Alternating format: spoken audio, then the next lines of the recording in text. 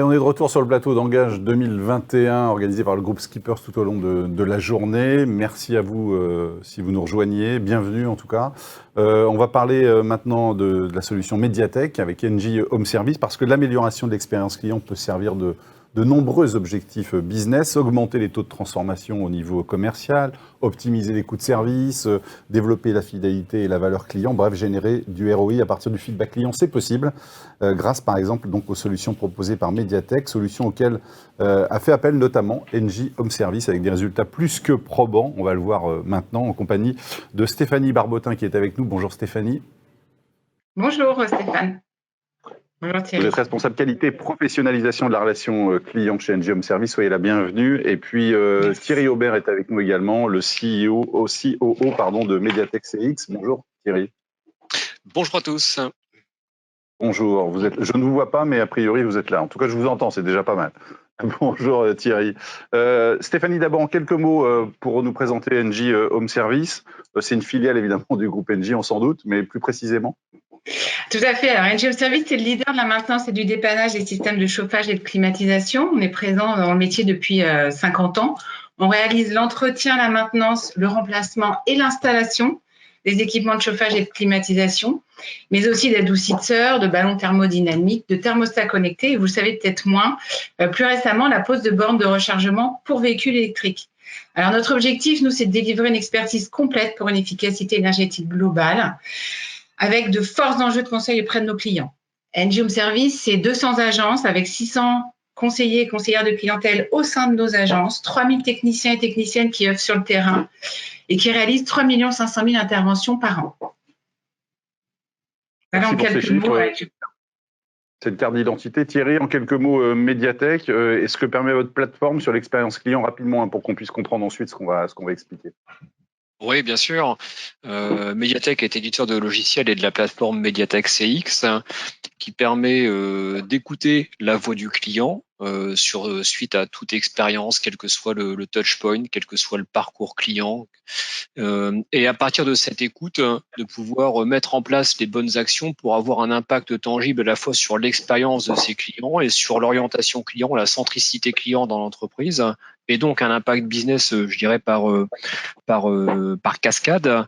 Et pour ce faire, en fait, on va mettre en position d'agir concrètement un maximum de collaborateurs dans l'entreprise, soit en leur diffusant des informations via des dashboards ultra personnalisés en temps réel, des notifications, des workflows de réengagement des clients insatisfaits ou des clients qui ont une attente par rapport à la marque pour aller développer le business.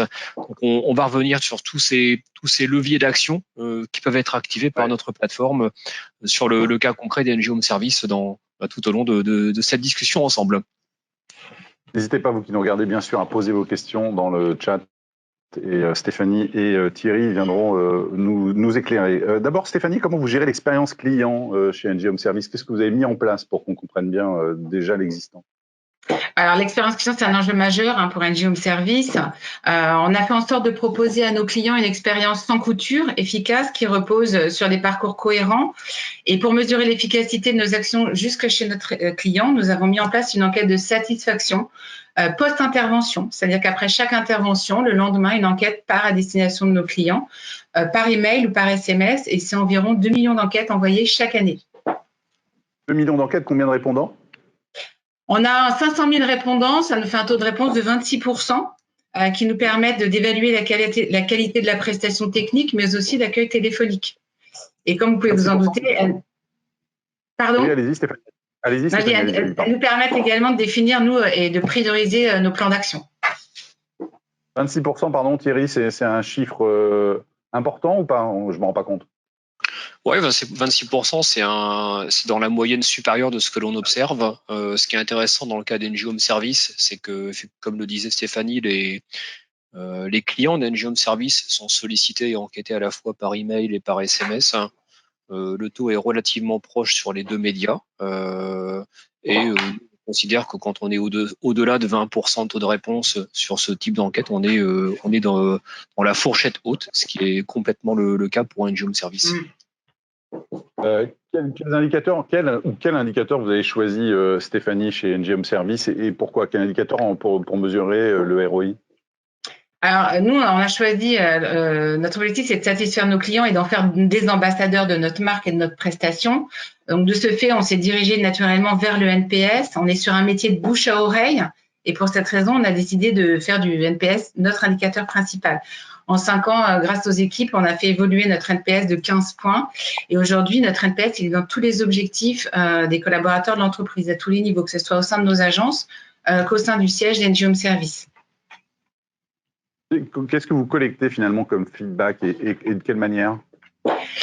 Alors, dans la majorité des cas, on collecte l'ensemble des feedbacks des verbatim clients. Dans 65% des cas, nos clients nous laissent des verbatim qui sont globalement positifs, qu'on partage avec nos collaborateurs, mais qu'on intègre également via Vivérifier sur notre site internet. Et également, en complément, si un client nous donne la note de 4 ou inférieure à 4, il est rappelé par son agence. Donc, ça nous permet également de statistiquement, si on identifie un irritant dans le parcours client, que ce soit en agence, avec nos techniciens, avec nos conseillers d'agence, de mettre en place des actions de formation et de coaching. Donc, tous ces feedbacks sont exploités comme ça. C'est vous, Thierry, qui envoyez les questionnaires et qui vous chargez évidemment de traiter les résultats, ça c'est votre métier, mais c'est vous qui envoyez les questionnaires directement ou ça passe par Engie? Alors dans le cas d'Engie Home Service, c'est Mediatek qui va envoyer les emails d'invitation et recueillir les réponses effectivement. Mais suivant les souhaits de nos clients, on peut également capitaliser naturellement sur leurs propres moyens d'envoi, de marketing automation ou autre. Là, la plateforme est totalement agnostique, je dirais, de ces aspects un peu techniques. En matière d'exploitation. Qu'est-ce que vous faites de ces données? Ouais, comment vous les exploitez ces données? Comment vous les envoyez à Engie? Sous quelle forme en fait? En fait, la plateforme va restituer les données à Engie sous différentes formes en fonction des profils utilisateurs. Et donc, les personnes qui, par exemple, sont en charge de travailler sur l'optimisation des parcours clients, bien, vont exploiter les fonctionnalités d'analytics de la plateforme pour identifier les drivers de satisfaction, d'insatisfaction sur ces parcours et reprioriser leur plan d'action d'amélioration de ces parcours. Des personnes qui sont plus opérationnelles, qui encadrent des équipes, les responsables d'agence dont a parlé Stéphanie, qui sont les 200 agences sur le territoire, les responsables de secteur qui pilotent ces agences, les responsables de région qui pilotent ces secteurs. Chacun va avoir ses tableaux de bord personnalisés pour piloter la performance de leurs agences, de leur secteur, de leur région en matière d'expérience client et à nouveau être dans le coaching de leurs équipes, le coaching de leurs agences pour que le NPS continue à se développer, que la satisfaction également. Et comme l'évoquait Stéphanie, le troisième levier d'action, c'est ce qu'on appelle le levier du curatif. Un client a exprimé une difficulté, une insatisfaction. Engie Home Service n'a pas envie d'en rester là. Et donc, la plateforme va déclencher un recontact de ce client en activant la bonne personne. Ça peut être soit le directeur d'agence, dans certains cas, si c'est une problématique plutôt de relation et une problématique locale, ou le service national consommateur dans d'autres cas si la problématique est plus liée à, je prends un exemple, à des sujets tarifaires par exemple. On reviendra peut-être plus en détail encore après, mais comment, pardon, on nous a posé une question dans le chat parce qu'on est allé un peu loin dans le jargon sans doute peut-être sur le NPS. Alors expliquez-nous Stéphanie, NPS ça veut dire? Alors le NPS c'est le Net Promoter Score, c'est la propension que vos clients vont avoir à vous recommander ou à recommander vos services. Donc poser la question. Pardon, vas-y oui, Thierry. Oui, j'allais juste compléter Stéphanie en expliquant comment la question a été posée. C'est une question que vous avez sans doute tous déjà reçue dans les enquêtes que vous recevez. Est-ce que vous recommanderiez telle marque ou tel service à vos proches? Et puis vous avez une échelle de 0 à 10. Et la manière dont on va calculer d'une part le taux de promoteur, le pourcentage de personnes qui répondent 9 ou 10. On va calculer le taux de détracteur. On considère qu'un détracteur est quelqu'un qui a répondu entre 0 et 6. Et le net promoter score, c'est la différence entre ces deux taux. Le taux de promoteur moins le taux de détracteur. Donc, on est en théorie entre plus 100 et moins 100. Plus 100 si on n'a que des promoteurs, moins 100 si on n'avait que des détracteurs. Et c'est ça que l'on appelle le NPS. Très bien. Merci pour ces précisions mathématiques. Racontez-nous effectivement Stéphanie par rapport à ce que nous a dit justement Thierry à côté, comment ça apparaît vous concrètement dans vos outils, vos ordinateurs, vos applications, comment ça les enrichit finalement ce que vous recevez de Mediatek CX et évidemment quels actes ça enclenche derrière? Alors, nous, on récupère la note NPS dans la fiche client de notre CRM pour avoir ce qu'on appelle la vision 360. Cette fiche, elle est visible par tous les intervenants de la chaîne client, du responsable d'agence à la conseillère, en passant par le technicien directement sur sa tablette. Tout le monde a accès au niveau de satisfaction du client. On a mis en place un pictogramme qui nous permet d'identifier rapidement ce niveau de satisfaction. Et en ce qui concerne nos clients détracteurs, un dossier est systématiquement créé dans le CRM où on récupère l'ensemble des réponses aux questions pour que le manager en charge du rappel client ait toutes les informations à sa disposition pour pouvoir pallier à la réclamation. Par exemple, quel type d'irritants vous avez constaté dans les enquêtes qui ont été faites? Alors, on avait constaté le plus gros irritant pour nos clients, c'était nos créneaux horaires. Aujourd'hui, on propose 2 créneaux horaires, un de 8h à midi et un de 13h à 18h. Mais monopoliser nos clients, poser un demi-RTT pour faire entretenir votre chaudière ou vous faire dépanner, c'est pas ce qui plaît, c'est pas ce qui nous plaît en tant que client. Donc, on a mis en place depuis 2 ans maintenant le double appel préalable. C'est-à-dire que nos techniciens vont appeler nos clients en début de tournée pour dire j'arriverai à peu près à cette heure-là et avant de partir de chez le client précédent. Pardon Stéphanie, mais même en tant que client, on l'a tous vécu, mais il n'y a pas besoin finalement de faire des enquêtes pour savoir que c'est un irritant. Tu es obligé de rester chez soi pendant 4 heures à attendre l'intervention du technicien qui va arriver, évidemment à 11h30, alors que la tranche est entre 8 et 12.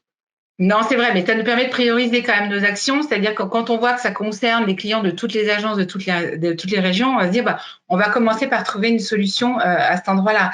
Aujourd'hui, c'est compliqué pour plusieurs raisons de mettre en place des créneaux plus courts que des créneaux de 4 heures. Mais malgré tout, on propose une solution à nos clients et on s'aperçoit que en amont, ça contribue à le satisfaire. Donc, via l'enquête, on est en mesure aujourd'hui d'animer et de piloter le fait que l'appel préalable est réalisé par nos techniciens. En complément.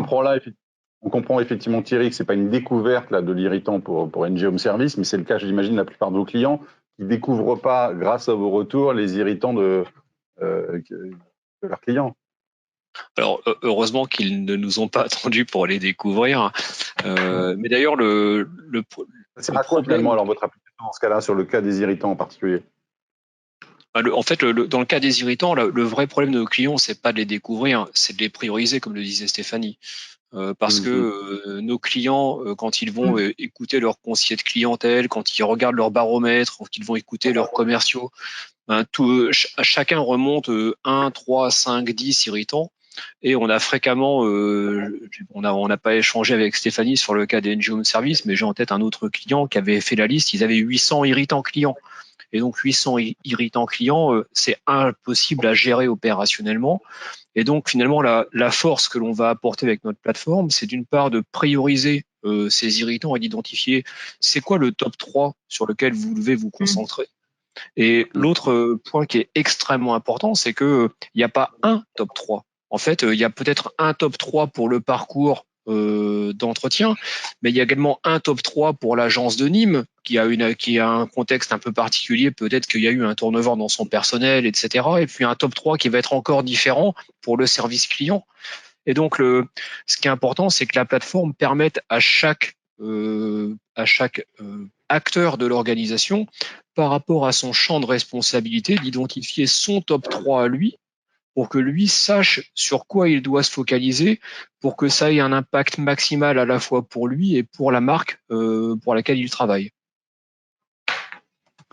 Par exemple, sur le cas des appels préalables, Stéphanie, ça vous a fait gagner du NPS? Oui, ça nous a fait gagner. Et on a identifié qu'on avait 10 points d'écart entre quand l'appel préalable était réalisé et lorsqu'il ne l'était pas.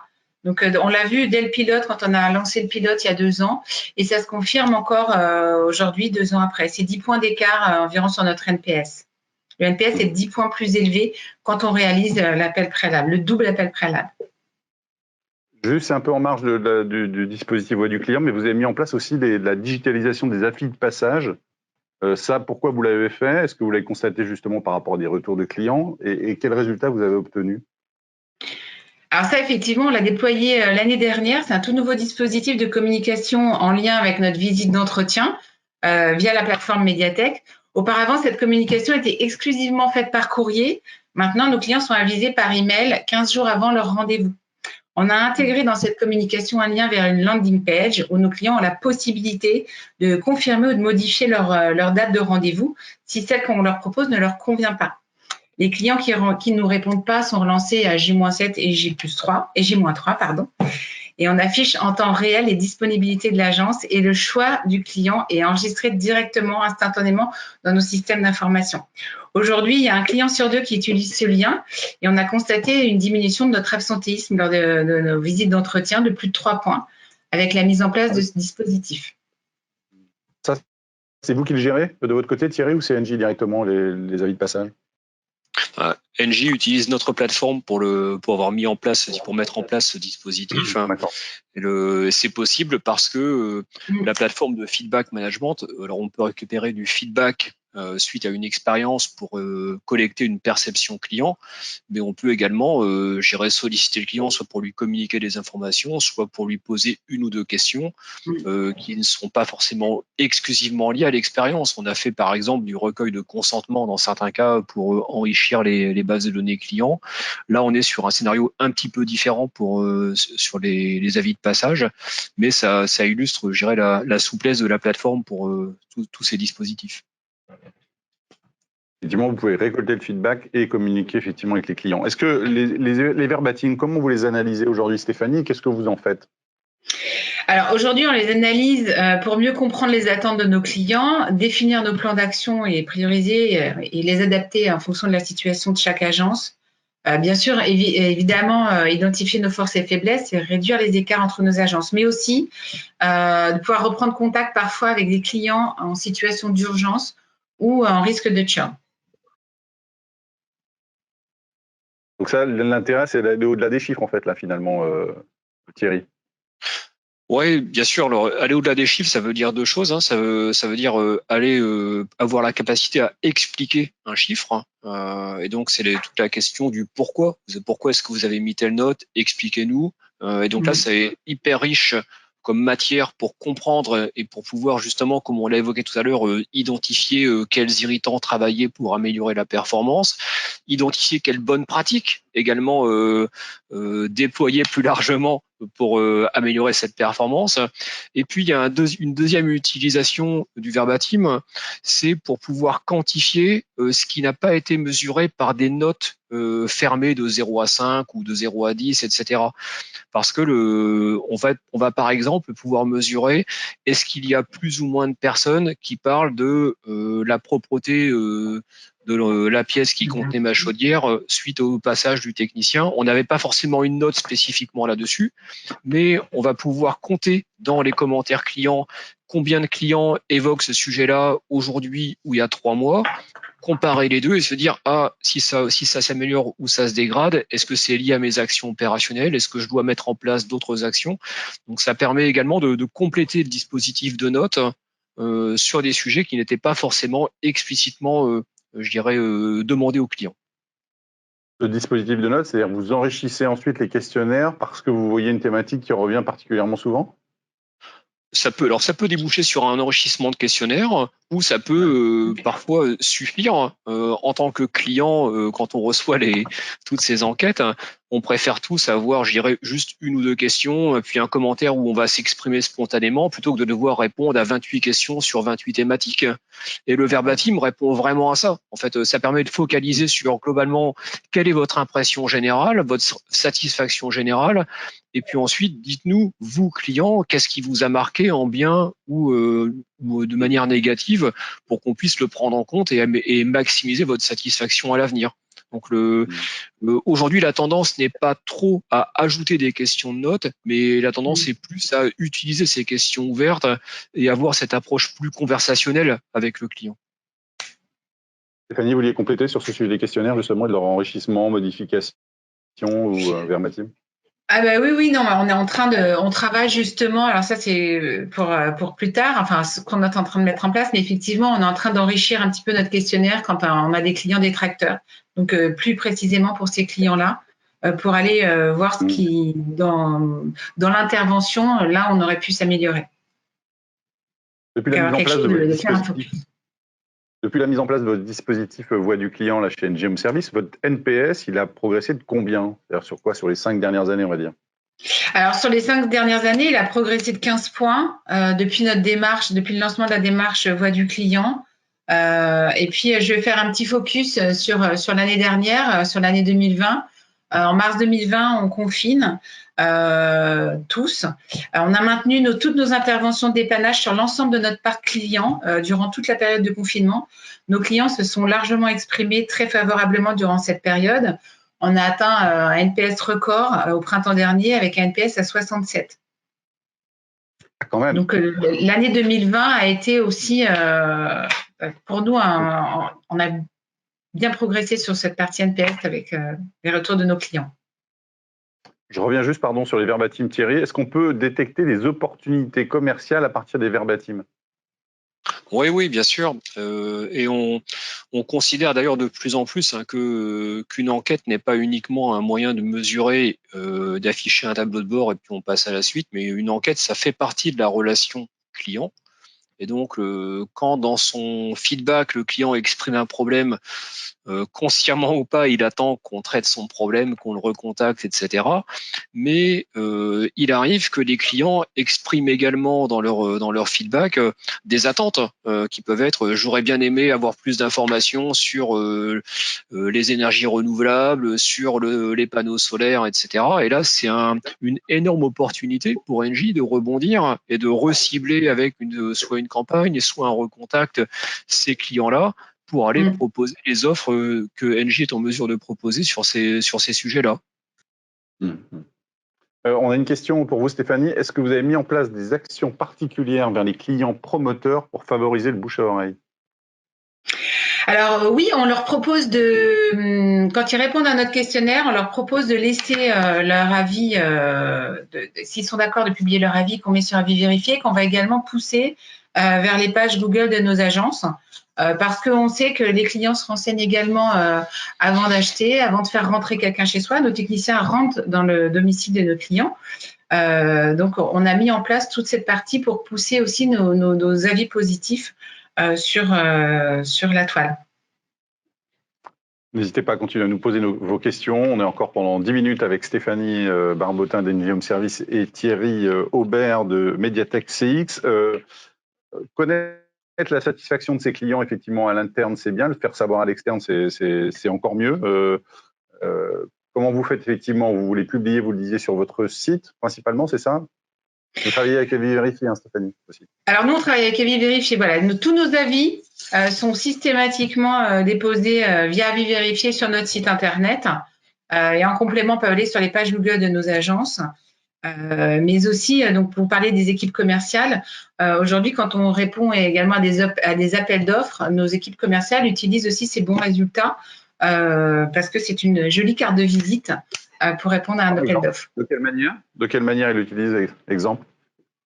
De quelle manière? On a aujourd'hui, nous, on publie chaque mois les résultats à destination de nos régions nationales qui après vont le redescendre au niveau régional, mais on peut publier nos chiffres, c'est-à-dire qu'on peut montrer nos courbes de NPS tous les mois, à l'année, avec notre niveau de satisfaction sur nos interventions, sur l'accueil téléphonique, pour montrer que de bout en bout, on traite correctement toute la chaîne client et pas uniquement l'intervention. Là, ça passe aussi par la conseillère.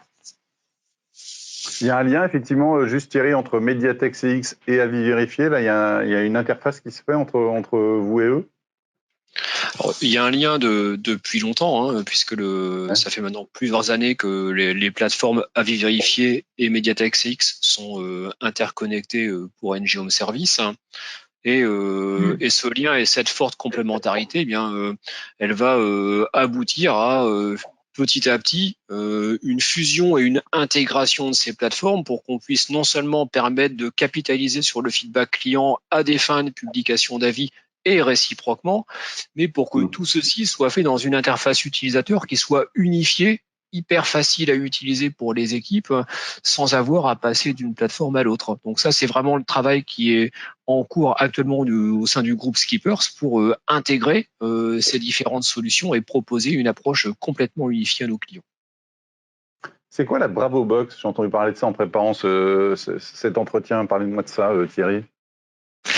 La Bravo Box, c'est un dispositif qu'on appelle Bravo Box ou machine à bisous également, qui vise à engager au maximum les collaborateurs des grandes organisations.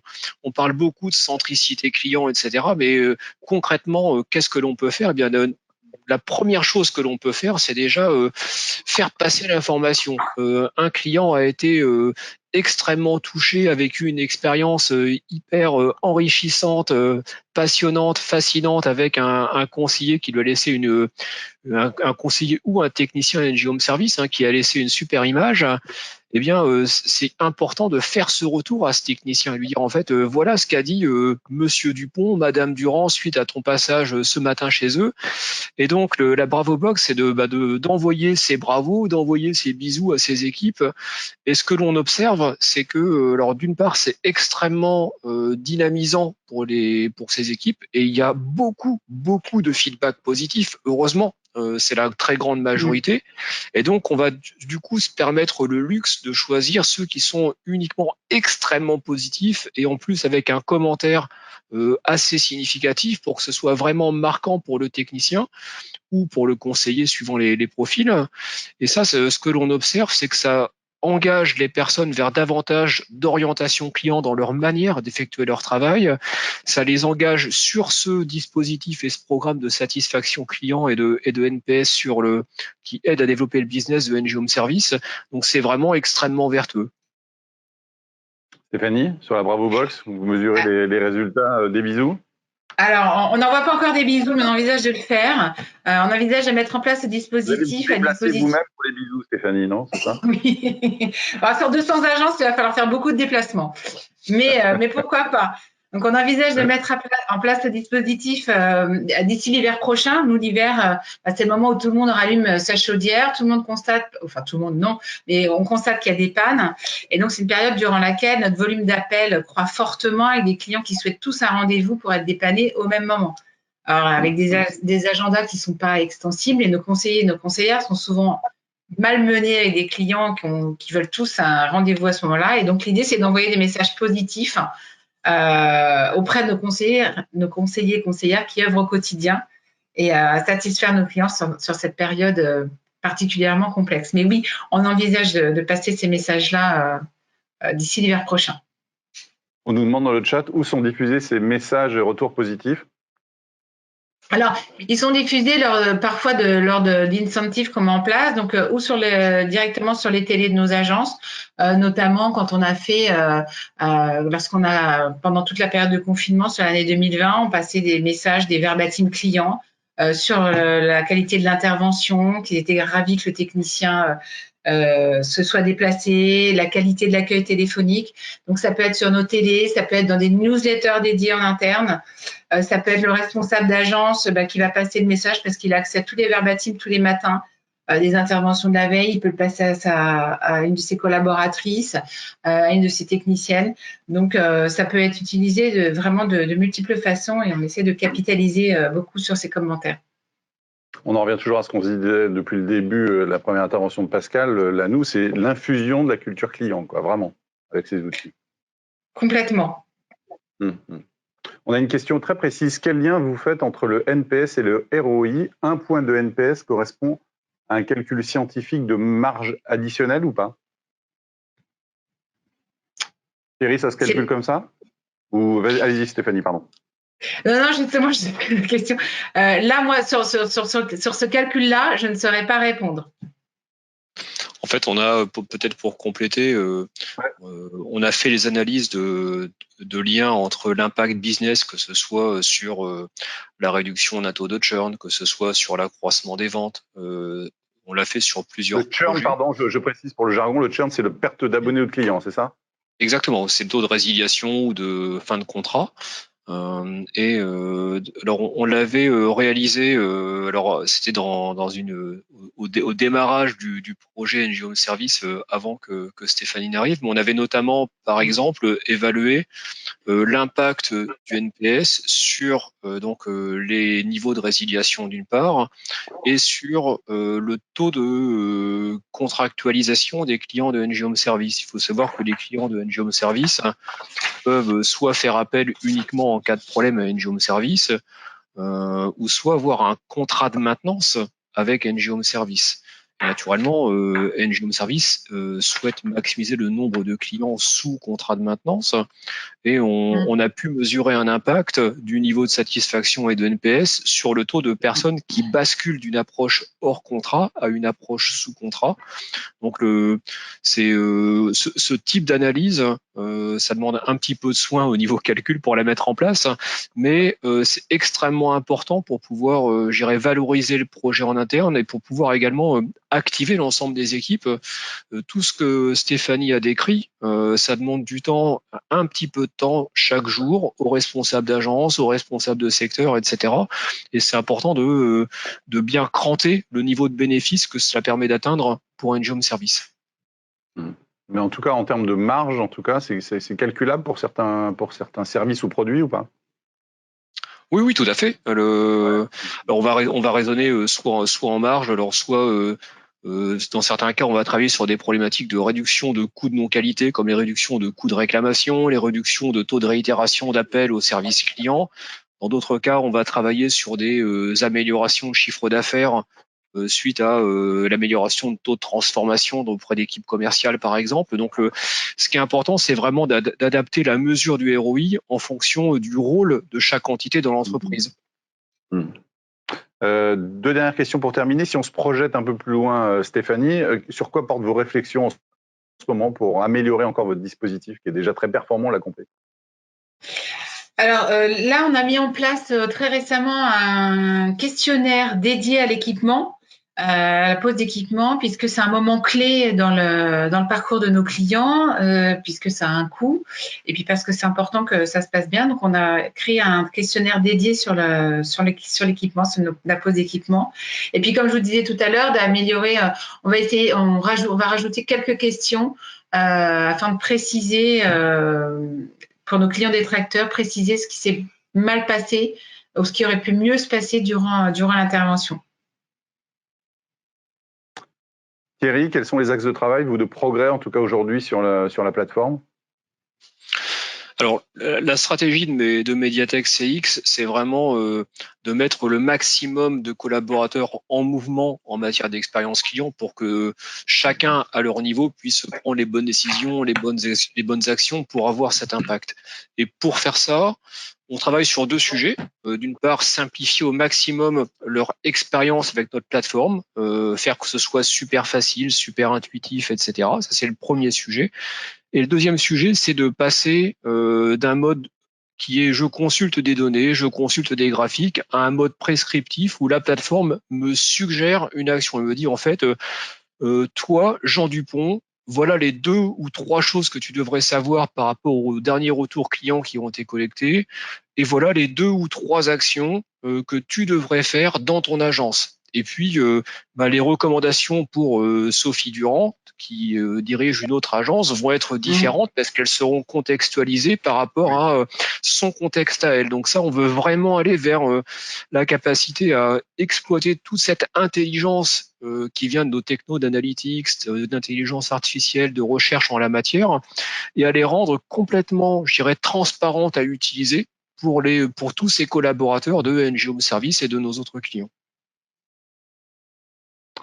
On a une question. La satisfaction client est souvent anonymisée. Quid de la conformité RGPD pour suivre le lien entre NPS et ROI, pardon. Pour vous, Thierry. Alors, je dirais pas qu'elle est souvent anonymisée. En fait, aujourd'hui, on a vraiment deux types de dispositifs. Certaines enquêtes, certaines études sont réalisées sous anonymat et elles sont présentées comme telles aux personnes qui participent à l'étude, donc qui vont y répondre. Et puis dans d'autres cas, c'est un souhait de solliciter un feedback auprès d'un client en lui expliquant que ce n'est pas anonyme. Et ça a de la valeur pour le client puisque c'est ce qui va permettre à la marque de recontacter le client pour adresser son problème. Et je vais prendre juste un exemple, hein, quand dans un restaurant, alors à l'époque on pouvait aller au restaurant, on vous demandait en fin de repas est-ce que tout s'est bien passé. Bien, vous étiez satisfait que le chef se déplace pour éventuellement vous expliquer pourquoi ci ou pourquoi ça. Eh bien, si on veut reproduire cette même expérience avec une marque, que ce soit NG Home Service ou un opérateur télécom ou une banque, c'est important de savoir qui a répondu pour qu'on puisse revenir vers lui ou elle, ou pour qu'on puisse améliorer le produit ou le service en fonction de l'expérience qu'a réellement vécu cette personne précise. Donc les deux dispositifs, anonymat ou sans anonymat, ont chacun leurs avantages et leurs inconvénients. Aujourd'hui, la tendance, c'est plutôt un développement des enquêtes non anonymes parce que ça permet une exploitation beaucoup plus forte. Merci pour cette réponse complète. Merci beaucoup à tous les deux, Stéphanie et Thierry, de nous avoir éclairé sur cette solution et sur les retours que vous avez chez NG Home Service. Merci beaucoup. Merci aussi à vous qui nous regardez pour vos questions. On va se retrouver dans 10 minutes maintenant pour évoquer comment vous pouvez vous appuyer sur les vidéos de vos communautés pour humaniser l'expérience client sur votre site e-commerce. On verra l'exemple notamment d'Yves Rocher. Mais d'abord, on revient à Mediatek, les 5 meilleures pratiques pour embarquer vos collaborateurs dans votre démarche expérience client. Présentation par Bérangère Christea, qui est Client Success Director chez Mediatek CX. À tout à l'heure. Bonjour, je suis Bérangère Christea, responsable Client Success chez Mediatek CX et aujourd'hui, je vais vous parler des 5 meilleures pratiques pour engager vos collaborateurs autour de votre démarche d'expérience client. Attaquons par la première meilleure pratique. Il s'agit de nommer votre démarche. Effectivement, si vous souhaitez engager vos collaborateurs autour de la satisfaction client, nous vous recommandons fortement de lui donner un petit nom, de lui attribuer un logo, de sorte qu'à chaque fois que vous allez publier des résultats, envoyer des notifications vers vos collaborateurs, ils associent bien la satisfaction client, votre démarche et du coup leurs résultats. Voici quelques exemples. Nous avons La Poste qui a décidé d'appeler sa plateforme Regard Client. L'entreprise BPCE Factor qui, elle, a joué sur les mots et l'a nommé Satisfactor.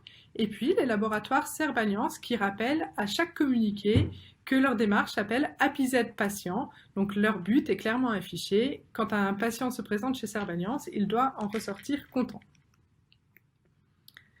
Notre identité visuelle Mediatek CX disparaît complètement. Quand vos collaborateurs se connectent à la plateforme, c'est votre logo qui est affiché, ce sont vos couleurs qui sont reprises. Éventuellement, quand on met des images, on s'appuie également sur votre charte graphique. Le but, c'est que ça soit vraiment un outil qui soit propre à votre marque. On a presque l'impression qu'il a été développé exclusivement pour vous. Votre démarche est maintenant lancée. La satisfaction client est au cœur de toutes les préoccupations. C'est l'affaire de tous. Si c'est l'affaire de tous, chacun doit avoir son accès. Voici 3 de nos clients, Cofidis, La Poste et Jiffy. Chacun embarque ses collaborateurs de façon très poussée dans la satisfaction client avec des accès à la plateforme. Chez Cofidis, nous avons plus de 700 conseillers qui se connectent à la plateforme, ainsi que tous les responsables d'équipe, de services, de secteurs, les directions, ce qui nous amène à plus de 900 comptes. À La Poste, vous le savez, La Poste, c'est des sites dans toute la France. Nous comptons plus de 10 000 utilisateurs, dont 3 000 établissements. Enfin, chez Jiffy, nous avons plus de 540 magasins entre la France et l'Espagne qui se connectent via leur intranet à la plateforme de suivi de la satisfaction client. Également, évidemment, les responsables de secteur, le marketing, le réseau, chacun a son accès et se connecte. Mais alors, comment faire en sorte qu'une même plateforme puisse répondre à tous ces utilisateurs différents ?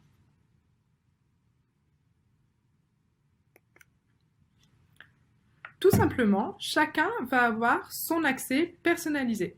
Quand il se connecte à la plateforme, au niveau du siège, on ne leur a pas appliqué de restrictions. Ils voient les résultats de l'entreprise. Le NPS BSCC, c'est le NPS La Poste. Les principaux motifs d'insatisfaction ne sont pas filtrés, ce sont les motifs d'insatisfaction des clients La Poste. Également, les classements ont été choisis afin qu'ils correspondent au niveau hiérarchique qui les intéresse. Maintenant, Un responsable d'une région chez La Poste n'a pas besoin de ces indicateurs-là. Ce qui l'intéresse, c'est de voir ses propres résultats. Si je m'intéresse à la région Hauts-de-France, je suis responsable de cette région. Quand je me connecte, la première chose qu'on me propose, c'est mon NPS sur les Hauts-de-France. Je peux bien évidemment le comparer au NPS La Poste qui se trouve juste à côté. Et ensuite, tout le reste des résultats ont été filtrés sur ma région afin que je puisse constater où est-ce que je suis bon et où est-ce que je dois m'améliorer. Troisième niveau hiérarchique, toujours à La Poste, un site. Le site également aura ses propres résultats. Passons à la troisième meilleure pratique. Les résultats, ils sont accessibles sur la plateforme, mais ils doivent être également adressés aux bonnes personnes et au bon moment. Pour cela, nous avons une solution d'animation qui s'appelle la e-letter. La e-letter, ce sont vos résultats qui sont envoyés chaque semaine, chaque mois, à la fréquence de votre choix, à l'ensemble de vos collaborateurs. Et à nouveau, chacun reçoit les résultats qui l'intéressent. Ici, je vous affiche la e-letter d'un conseiller chez Cofidis. Il reçoit son NPS, le NPS de son équipe, le NPS de sa direction, quelques verbatims de clients avec lesquels il a parlé, et cela est suffisant pour pouvoir analyser ces chiffres et se mettre en mouvement. Cette e-letter, chacun la reçoit dans ses emails. Elle n'a pas vocation à rester tout simplement un email. Elle a vocation à être imprimée, affichée et partagée avec l'équipe. Ici, nous avons Paul, responsable de magasin chez Nature et Découverte, qui nous présente le panneau d'animation.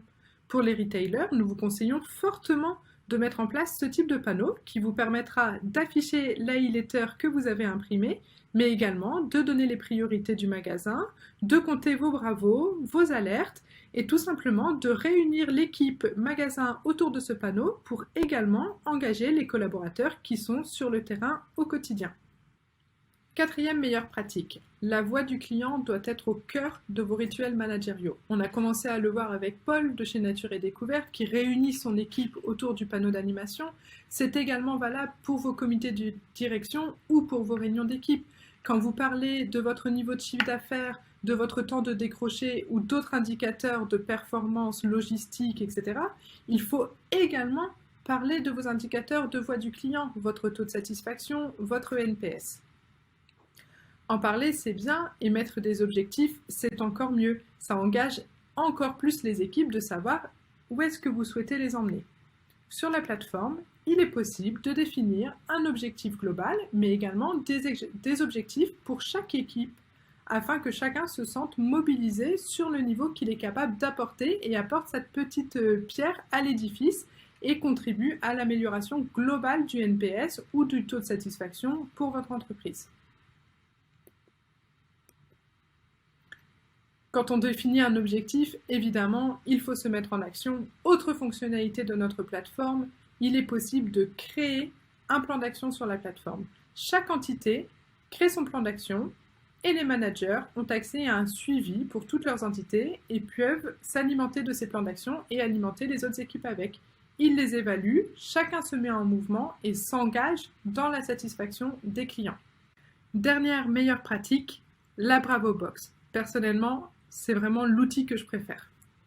Il s'agit de diffuser les verbatims positifs auprès de vos collaborateurs. La première solution, c'est le Bravo.